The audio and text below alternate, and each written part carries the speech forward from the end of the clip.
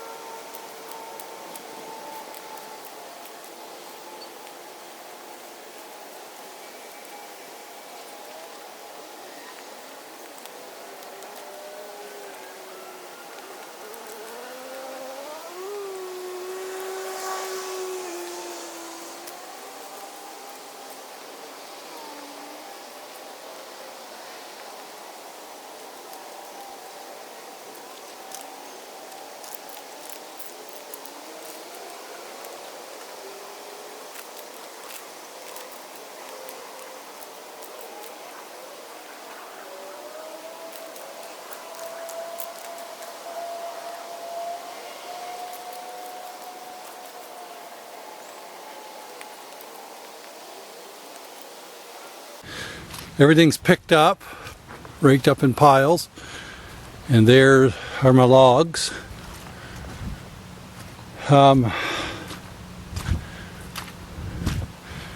I did take a couple limbs off the end of that, which is my dogwood.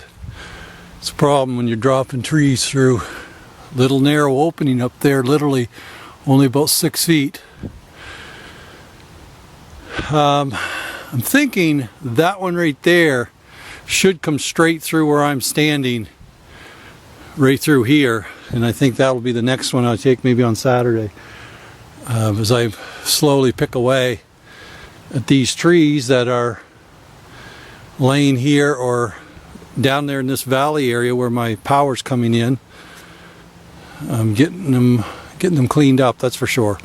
So I think I'm going to try to,